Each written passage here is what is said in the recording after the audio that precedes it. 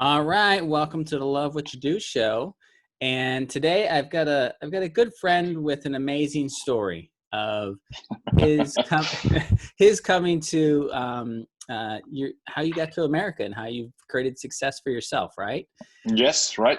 And so I just want the people listening to hear possibility, because what you've been able to accomplish and what you've been able to achieve for yourself is really cool. And a lot of All people, right. I hope, can find hope in a little piece of you in them, and give them Okay. the strength to do whatever that is.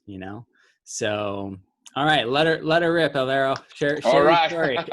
Well, but first of all, thank you very much, Brad, for letting me do this. I know that we have talked on the phone a couple of times, and when you told me about your project, I said, well, let me tell you my story. And I never thought a couple of weeks later we'll be here sharing it and Yeah. helping others to find the courage and all that inside of them.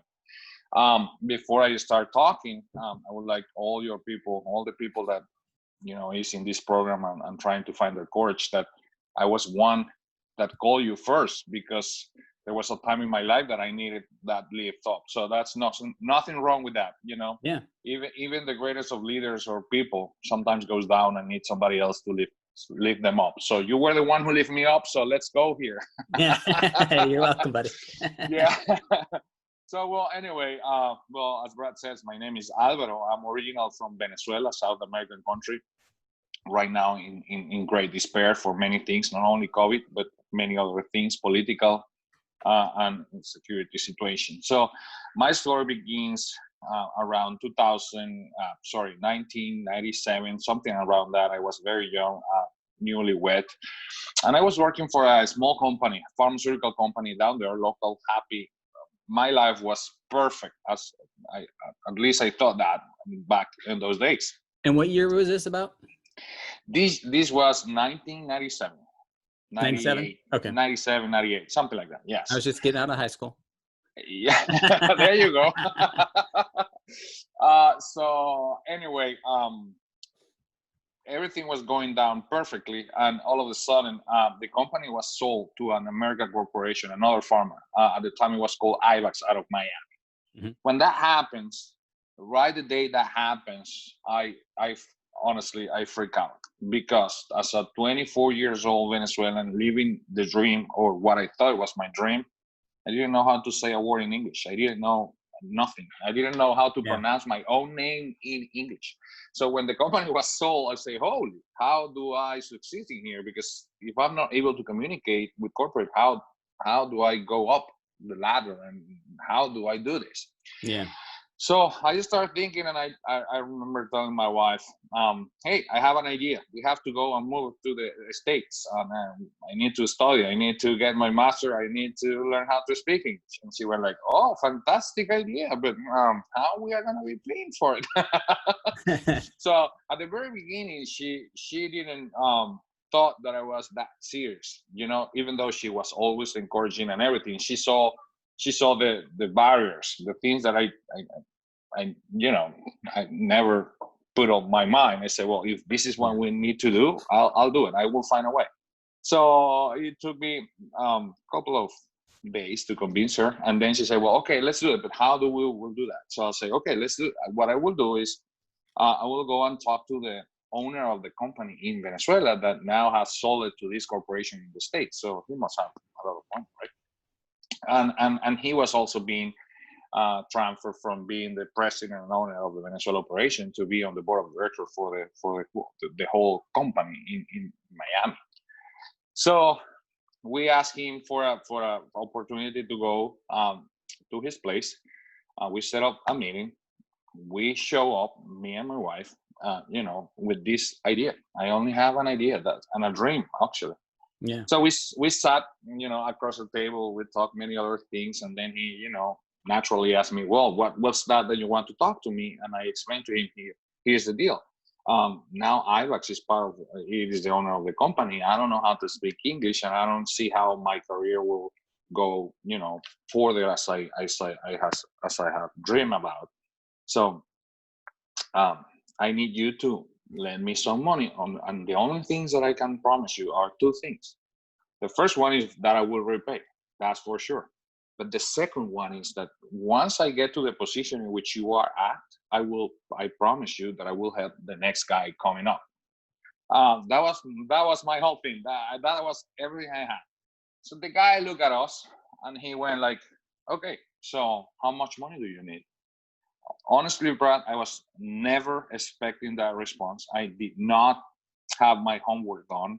We're talking a time where internet down in Venezuela was a luxury. So I didn't do any research. I didn't know nothing. I have no idea what to do whatsoever, where to look for information of anything.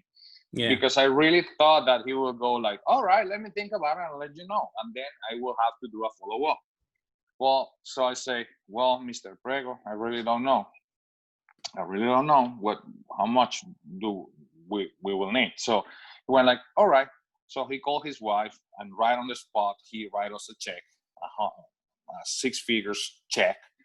And we literally, hold to a check, looking at each other like, thank you. I mean, I didn't know, we didn't even have an account to to deposit the check on. So that was how we, out of there, we moved into the States. We went to Xavier University in Cincinnati, Ohio. And the reason why we ended up in that university was we started researching all in Newsweek. I remember going into Newsweek and checking all the universities ranks. We start with, alphabetically, A, B, B, B. And we couldn't afford to go to any of those universities because the idea was not only for me, but also for my wife. We were so young. We didn't know, what the future will hold for us. The money that your boss gave you, which you just went up and asked, kind of like it took courage to go up and ask for it because you really wanted to. And you didn't know exactly how much it was going to cost, but you went up and did it anyways. Exactly. Like I'm hearing like a lot of like trust in yourself, trust in God, I want to do this, and this is what this is where we need to go. I have no clue how to do it, but I'm going to go to someone I think might be able to help. That was exactly my thought process. When you want something, you really have to reflecting is you don't see the barriers, you see is the path. And of course, God is always in that path if you are a man of faith, whatever religion or whatever you believe in. It is always, there is a path, and he sends you messages through different ways and forms. So so I never saw a barrier in that. I only saw the opportunity that I didn't know how to get there, because he could have easily say, well, you know what, I don't do that, or why I have to give it to you and not to another person. This will create a precedent. I mean, he could have said multiple things, all valid, but I never thought about that. Anyway, we end up in Cincinnati. Yeah. So my wife, she knew how to speak English. So for the first 6 months, she was the only person I can talk to. That was my only point of communication. She was the one who did everything. She find the apartment for us. She get the car for us. All the utilities connected. Register at the program. Even ask for food in the restaurants when we were eating. Well, I say restaurants. We ate a lot in McDonald's and stuff like that because the money was for the study, not to go and eat. So anyway, so we start the program. I start at ESL, which is English as a second language. I did it for 2 months. For 2 semesters, so 6 months or 2 periods. I don't know how they do it now. And the money wasn't that. I mean, there was a lot of things going, so I needed to start the MBA right away. So in order to get to the MBA, I needed to get the GMAT done. So I started studying like crazy, and I took the GMAT the first time, not knowing that, I don't know how it's now, but at the time you only can take the test once a month. I mean, one in January, one in February, stuff like that. Yeah. So I took it, and I need to score 150 points. And I only got 420. So without the test results at 550, I couldn't enter the master. So at that time I said, well, I will register and do it again. And that's when I found out, no, you cannot do it now. You cannot do it in that was, I remember clearly, that was, I needed to start in the winter semester or January, I don't know. And I took it November. So I couldn't do it. So I redo it in December. When I do it in December, I score again 420, exactly the same score.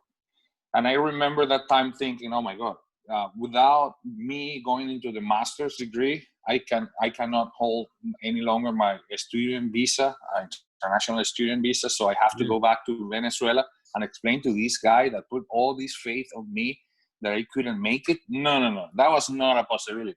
So I come up with another idea.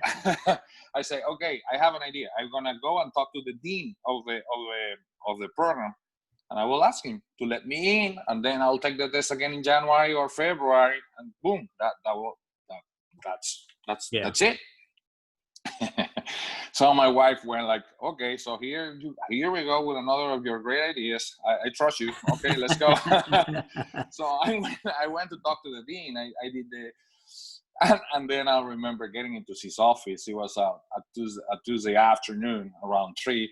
And I enter the office. Hey, hello, how are you? I'm fine. My name is Alvaro Alezard. Yes. So what are you doing here? Well, here's the deal.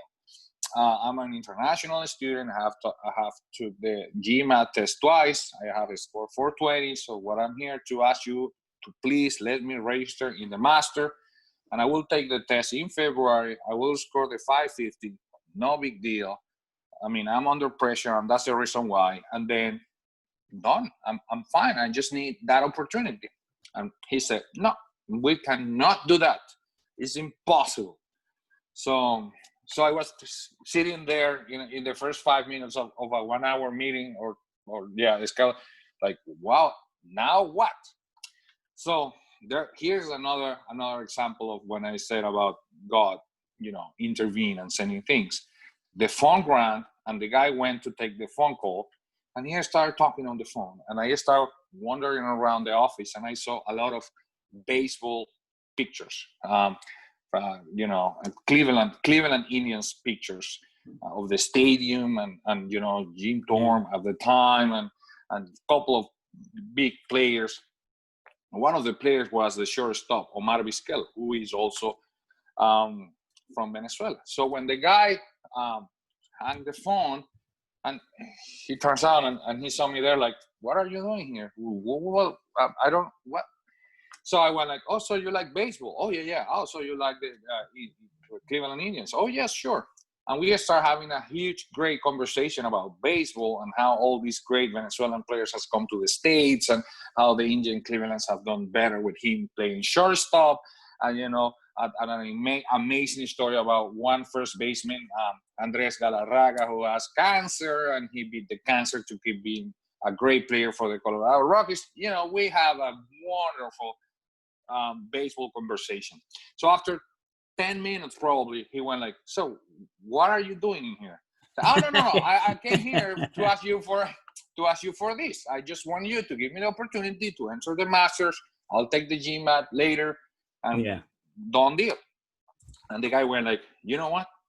I don't want you to take the GMAT. You will be admitted to the master's degree right now. So can you please tell me what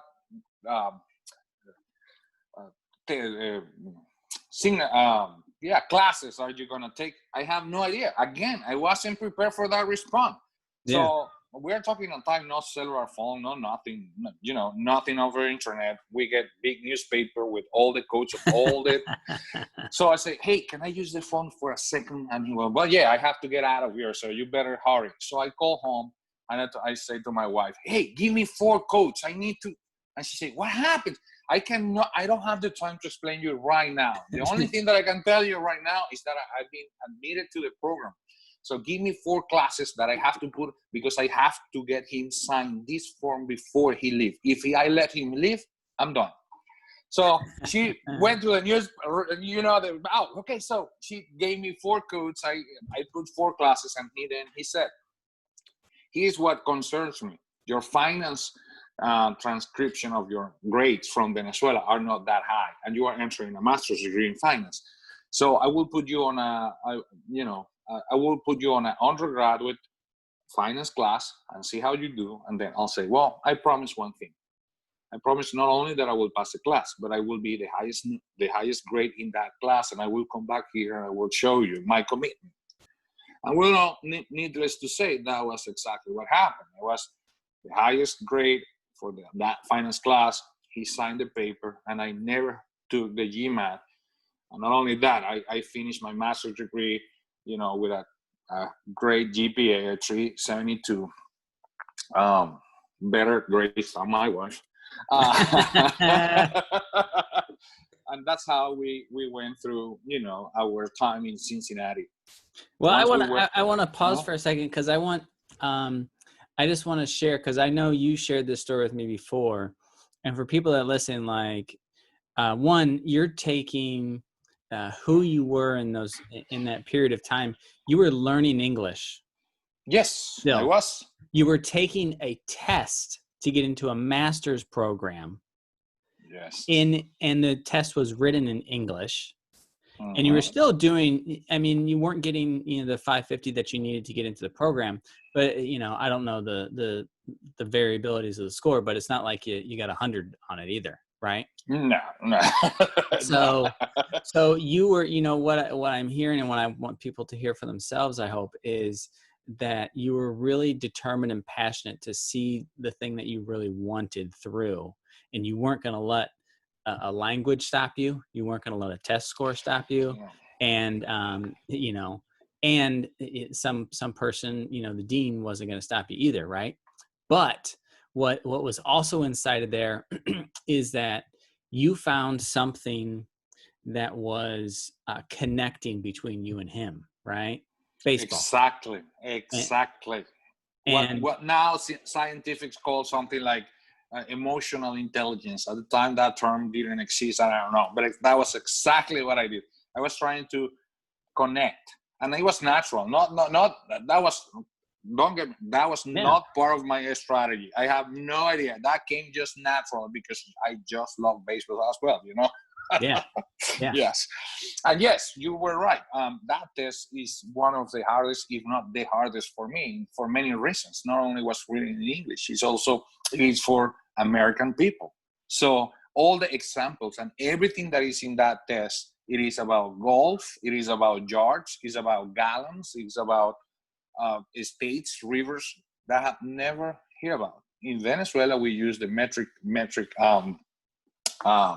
measurement. So for us, everything is meters, centimeters, liters, kilograms, and all that. So for me, none of these make sense. And either to this day, none of those measurements make sense. So I still check the weather in Celsius instead of Fahrenheit, for example, because I don't know what Celsius still means. I get you. It was double or triple the difficult. Well, but I have to do it. Nothing will.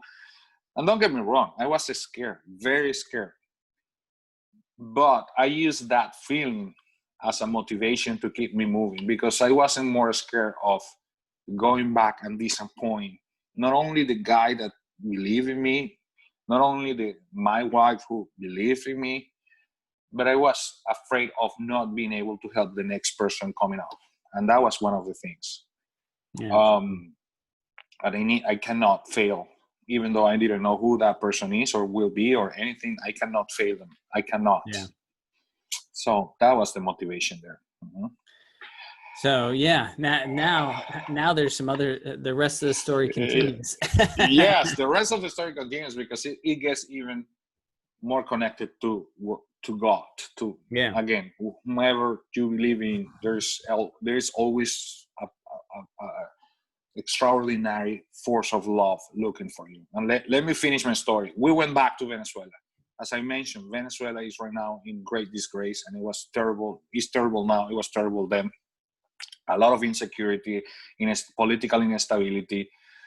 It is crazy. People eating out of the streets and getting killed for food. It is terrible. So anyway, we returned to Venezuela.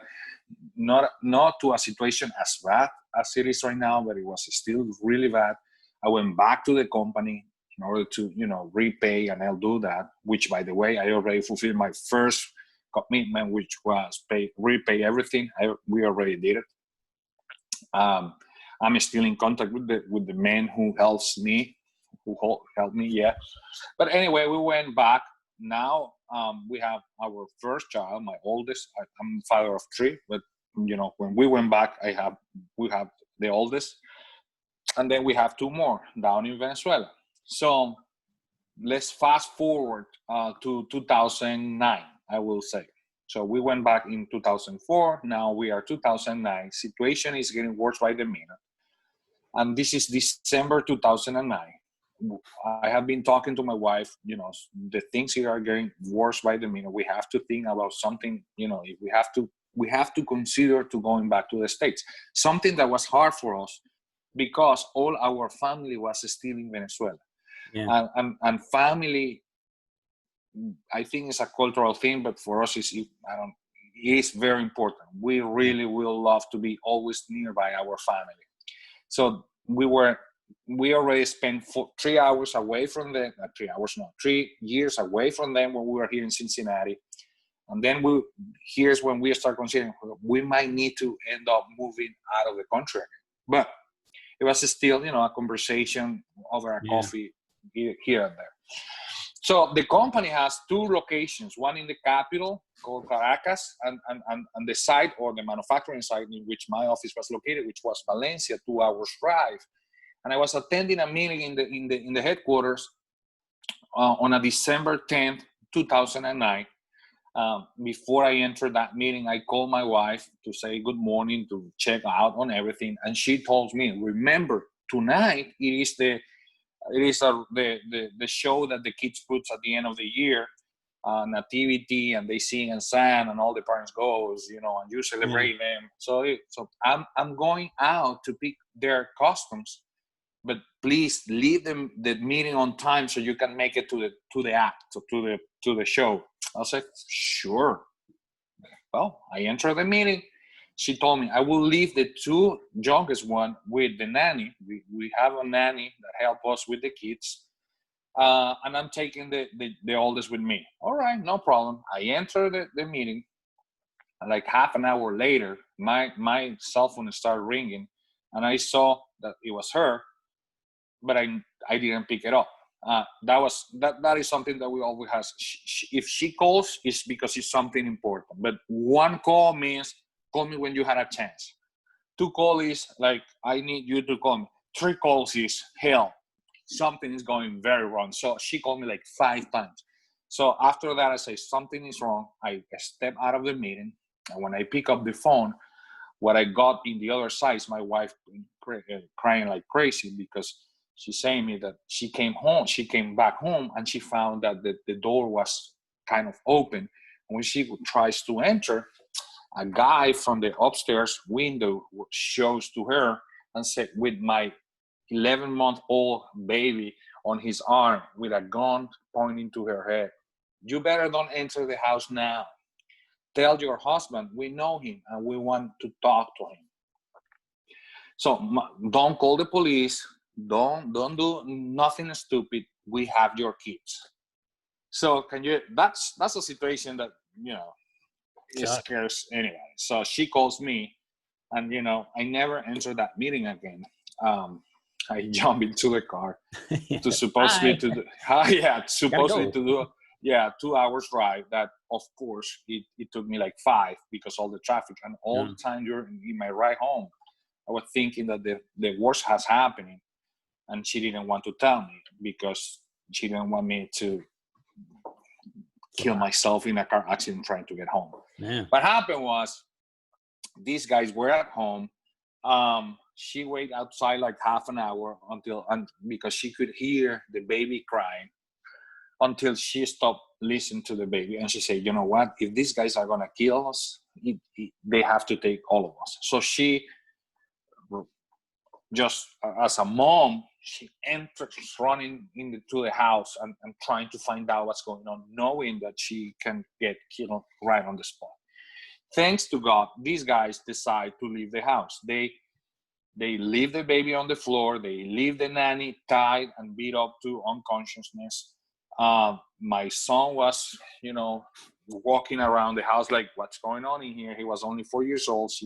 He didn't understand what was going on. And these guys jumped from the wall, the back wall. So they left the house not walking in the main door.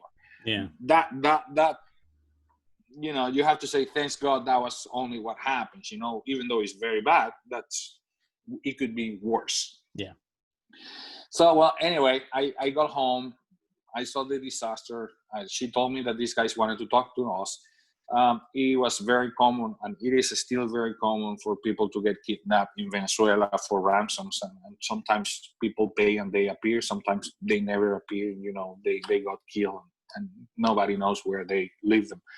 So we got so scared. So I called to a friend of mine, and he said, well, you can go to live in this place that I have, which they set up as a bait, meaning they live in their house, but if for some reason they get kidnapped, they will take the kidnappers to this place. So in that place, they will have family pictures and everything, like they really live there, but it is not for living. It's just to distract the guys and say, well, there's no family, because sometimes the kidnappers take you home, and you don't want to take them with you to encounter your wife or kids or anything. So we went to live in one of these secret places that people have set up for this kind of stuff. And then, we say, okay, now you remember that conversation about needing to go? We have to go. We have to leave the country. Yeah, let's do this. So anyway, we put the house for sale, that house where all that thing happens.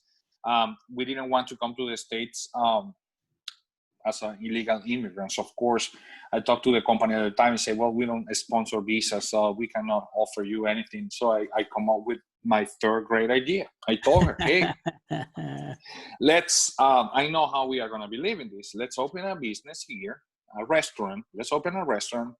After a year, I will be able to go and open the same restaurant in Miami and apply for an investor visa. I saw it so easy. Like, oh my God, I'm so brilliant. The plan was terrible, but for me, again, there was something else. Yeah. I have to tell you, during the time I was having so much doubt and uncertainty, of course. So I remember going to church and getting onto my knees and asking for God, hey God, you please help me. I really need you to send me a signal. I'm kind of lost. I don't know what to do, but please, if you are going to send me a sign, send me one humongous sign, because I'm so dumb that I probably won't be able to see it if you send me a small one. So I need one huge, a billboard kind of sign. Because I really need to see this. I really need it. So, that's what I did. We put the house for sale, and then my wife say, hey, there is a program in the States that is called Diversity Visa Lottery. The U.S. grant once a year 50,000 green cards worldwide to people of minority in the States. Not all countries can apply. Only those countries that the percentage of their population in the United States represent a minority. And Venezuela was one of those countries. So she said, let's apply for that. I'll say, okay, sure. What we need to do? Well, the only thing I need from you, it is a passport picture. That's it. We have 1 month, so please bring it to me. I'll say, oh, sure, I got this. Well, a month passed by and no picture. Every day I was so busy, putting the restaurant, working, going to Caracas. I was the director of supply chain. It was crazy. Last day, she said, well, the deadline is tonight. So if you don't bring the picture to me, we are done until next year. So don't worry, I got you. That night, around 7, I was at the office. Oh my God, picture. So I left the office and I ran to a place to get my picture, and the place was about to be closed. And this young lady was, taking everything down. I say, hey, please, can you take me a passport picture. She say, no, we are closing. Hey, please, here's the deal. If you do this for me, I will buy you dinner and I will take you home. I will drive you to the front door of your house. And she was like, oh, so that was what saw her, because she lived in a very bad neighborhood, and she had to take like 2 buses, walk during the night. So she said, you know what, this is my service. He will take me to my place. And so she said, all right. So while she opens the store again for me, I went to buy dinner for her. And I came back to the store. We ate together. She took me the picture. She gave me the picture. And then I drive her home to her place. Terrible neighborhood, horrible neighborhood. But I did that, and I came home with my picture. I gave it to my wife, and the application was sent like 2 minutes before the deadline. That was it. Fine. We have to wait 4 months for the results to come. The day of the results, she went online. No, sorry, try next time. So she calls me and say, hey, it didn't work. We didn't got it. I said, don't worry, I have the restaurant. The restaurant is moving along with a couple of problems, but we are doing good. And then that day, or around that day. Were you still working? One question, were you still working the job and the restaurant? Yes. Oh, yes. I didn't pick that up last time. Wow. Yes. We were putting together the restaurant while I was working on the company. So I was working probably 15 to 16 hours a day during weekends. Crazy. So not being a good father because I was absent a lot, and my, not a good husband either. My mind was to save them, forgiving that love is also something important at home. But anyway, that's a different story. The bottom line is that a guy shows and he wants to buy the house where we have that problem that I talked to you about. And we agree on the selling of the house. We have to find a place, another place to live. The guy needs to sell a different property to be able to buy our house. And let me give you an example. In Venezuela, things doesn't work like here, like you go and get a mortgage for 30 years. In order to buy a place, you have to pay everything up front, cash. One payment, you are done. So there's no mortgages down there. So the guy has to sell something else to be able to buy our house. So, okay, let's do it. So he started doing his thing. We started doing ours. And after 2 months or something like that, we didn't have a place to go. We were, trying to figure it out. And the guy came to me and say, hey, I cannot buy your house unless you extend the time in which we will be closing. And I go like, why? So he went like, well, the apartment that I was about to sell, the guy gave me some money, and then one of his family members got kidnapped. Mm. So they were asking for a ransom, and they didn't have the money. So he came to me to ask for the money back to pay the ransom. So I gave them money. I couldn't say no, so I gave them money back. So now I cannot buy your place. He said, hey man, if you help somebody that way, what makes you think that I won't help you? Let's do this. Let's extend the time. You did the right thing. I want to be part of something done right. So we extended, and that's how it went down. So now, in the meantime, I got an email from the U.S. border, whatever, the agency that was in charge of this program, saying that the draw in which we got denied was void. For the first time in the history of the program, it was void. So it was voided? Yes, because a glitch in the system. And the new results will be delivered July 15, 2011. Well, so I called my wife and said, hey, I got this strange email. Did you got the same? No. Can you check with the people that we knew also apply it? See if they got it? Nobody else got that email in our, surrounding circle of people doing exactly the same, which I say, all right, good, fine. Maybe it's a scam. Maybe, I don't know. Anyway, July 15 was the day that the closing of the house was set up, was the day of the results. And I'm looking at you, and you know what is coming here. So I'm gonna fast forward. We went to the closing of the house in Venezuela. Again, everything is very difficult. It's not like you sign and you are done. You have to pay braveries and everything to put you on the top of the list of people to get your things done. Anyway, we did that. Finally, we were supposed to be signing at 9. We end up signing around 1 p.m. I took the payment. We shake hands. I give the key. My wife ran to the school to pick up the kids. And I ran to the office and to deposit the money, because that money was the one who was to be put for the restaurant. Mm. So that was the money we will use to invest in the restaurant. So I was, getting money here and there. Now I have the money, so I have to repay, because that was the plan.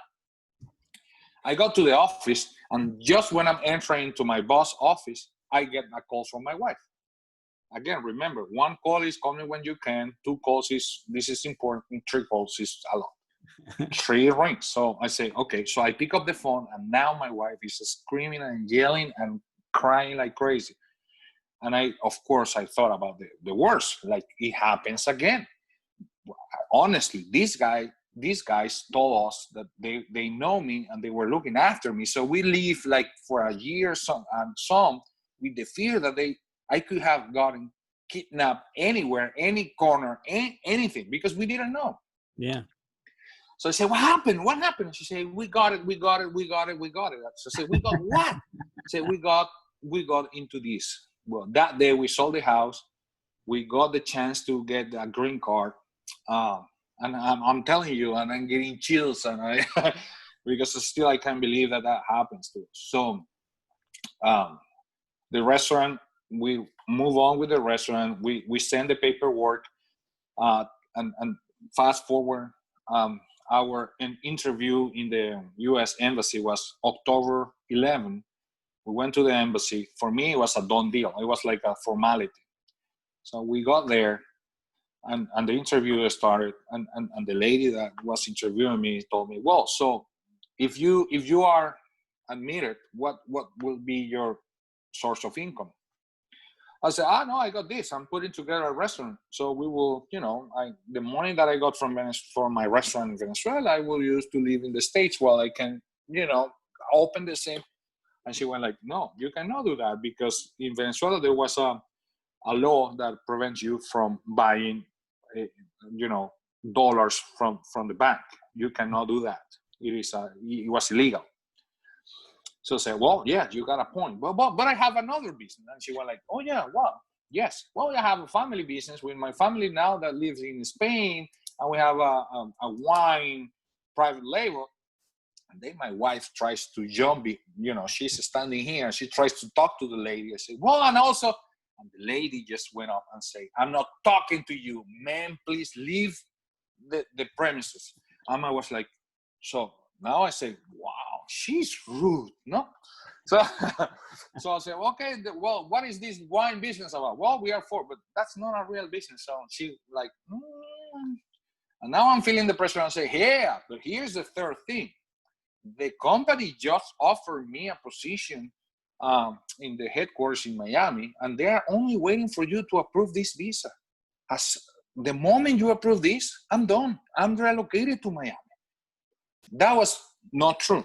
The company didn't know that I was doing this. The next thing, she went like, that one I like. Welcome to the United States. Ma'am, please, can you approach the window? I'm so sorry to be so mean to you. The thing is that, this is the protocol. So at that time, I turned to my wife and I say her in Spanish, so we could have gotten rejected? That was not in my mind. And she said like, yeah. Yeah. So, oh my God. Well, I went back to the office and I told my boss, hey, I'm resigning for good. We are moving to the States. I got this. You know what my ordeal was, blah, blah, blah. And then he said, hey, wait a minute.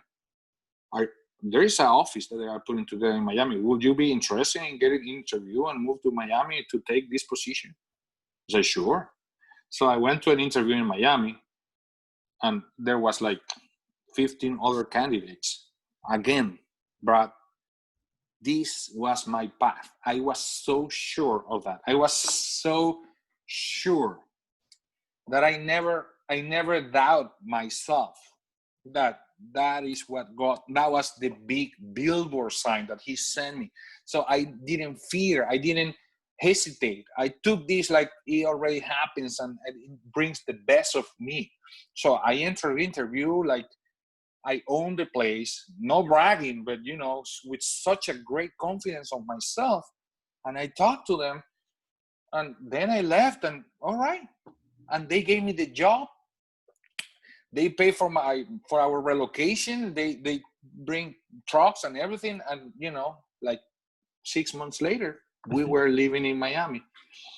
Today, 5 years fast forward, now I'm in Philadelphia. As you know, I was relocated again to the headquarters. I'm no longer with that company. I'm a U.S. citizen, a proud one, a faithful one, and a very grateful one, because what we endured was brutal, and this country opens the door big time for us, and here we are. That's my story. That's pretty cool. Mm-hmm. Well, because it's not mine only. It is my wife, my kids, my family, the guy that helps me. Yeah. Everything aligns. The guy that told me that he have to give the money back to the other family to pay the ransom. I mean, everything. The lady that took the picture. It is not only mine. It is the sum of a lot of things that I believe God puts his hands and let us do it. The question that comes to me is like, what was, so you were really sure, right? Mm-hmm. But why do you think you were so sure? What was that? Was it, a belief in God, or was it a belief in what you were really up to, or just share that? I think it's a combination. I think that because I don't want to come across like I'm super sure of myself. I start this conversation saying that I have my times, and one of those times lead me to you. Yeah. One of those times I went back to church. I was on my knees asking again for a big sign, and that exactly day I found a post of you on LinkedIn, and how here we are friends, and you have helped me a lot. So I think it's a combination of faith. You believe that if you do the right thing will come back to you. Also it is that you have to measure your success against yourself. I don't compare what I have going through, or what I have, or where I am, to anybody else, because the time you start doing that, then the measurement is totally off. I compare of who I was and where I was when I was 24 years old, and now 44 next Wednesday, so please call me for my birthday. So 20 years later, this guy in Venezuela, my own self in Venezuela, newly wed, not knowing how to speak English, in a small town on a corner of the world, in a third developing country. And here I am, a CFO in Philadelphia, in the house that I wanted to live in, with my kids, with my wife, helping people, being active in the community. So for me, I have achieved success because I compare to myself. Yeah. I don't compare to my neighbor. I don't compare to the guy, my old boss. I don't compare to you. I don't compare to my wife. I don't compare to anybody. Yeah. I am my own measurement. And that's, I think, is key. Because when you believe in yourself, that you are able to get you out of your comfort zone for the sake of growing, knowing that will bring pain. But believe me, my story is beautiful, but it came with a lot of pain, of doubt, of, sober, like, what is going to happen? Yeah. But if you believe in God and you put your faith in it, man, you can achieve whatever you want. It's pretty cool. And again, this is coming from a guy that went to his knee. When was it, like 6-7 months ago, something like that? Asking, hey God, I need you again. I need you to, because I was doubting myself. I spent 14 months without a job. After I left that company, I thought I would be able to get and that's the same guy that enters any room and convinces anybody to, give me whatever. And then I spent 14 months without a job. I went through 50 interviews, not getting opportunity. And I started doubting myself. Yeah. And so it is okay to go up and down. But what you have to do, at least for me, is believe in yourself. Believe in yourself. Believe in yourself. And, things will happen to you. That's no doubt. Yeah, it's pretty cool. Well, thanks, man. I appreciate the vote of confidence for me. But that's not what this is really about. It's really about the person that's, in their journey.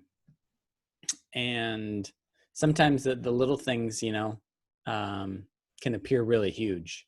And when you can take a step back, sometimes they're not as a big deal, right? Like getting rejected from a job or laid off is not as big as a deal as your wife calling you saying your kids are just kidnapped. Exactly. Everything has to be put in perspective. Everything. Yeah. And definitely, yes. I know that there is another story, real short.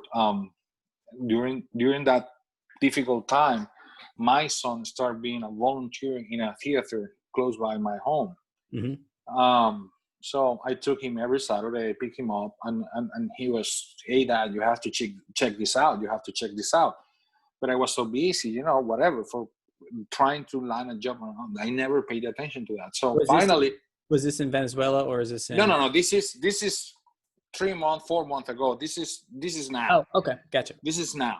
And I haven't told you this, but this is a short one. So anyway, I say, okay, I will check it out. The final presentation on that theater in which he volunteers, we decide to go all as a family. So my wife and my 3 kids, prompted by my son, 13 years old. So when we enter there, I realized this is a theater that it is for special needs adults. So you see all these 30, I saw around this 30 or 40 grown-ups, adults with all kind of disabilities. I mean, all kind of them. And when I enter there and my son introduced us to them, Brad, they were so cheerful. They were so happy to have us there. They were so full of life. And then you start realizing, what's wrong with me? How can I be, this immersed in my problems when these people are in these circumstances, and see how much happiness they are bringing for us, celebrating us, and when it's the other way around. So we did that, and from that day on, we volunteer every Saturday. Now we are part of this. It's called Harmony Theater. You can check it out in LinkedIn, Instagram, or all that. It is a beautiful thing, and you realize that everything has to be put in perspective. Yeah, you have to keep giving up, giving things to people and help. Yeah, because we are very fortunate. We are. Yeah. Well, I think that's a great note to leave it on, and to just leave it on gratitude and be thankful for what you have. Definitely, we all have to. Yeah. Yes. Yes. if you're breathing, there's something to be thankful for. There is hope. If you are breathing, there is hope. Yep. Exactly. Well, thank you very much, man. I'm going. I really appreciate you. Well, let me give you a air hug. I love you, man. Thank you very much for giving me the opportunity to share my story, and hopefully it will be inspirational for many people. And if there is any one of your followers that wants to talk to me or give me a shot on, please don't even ask. Give them my contact info, and I will be more than happy to do anything that in my power to help anybody out there. All right? Yeah, will do. Thanks, man. I appreciate you. God bless you, man. Have a wonderful rest of your week. God bless you too, man. Bye.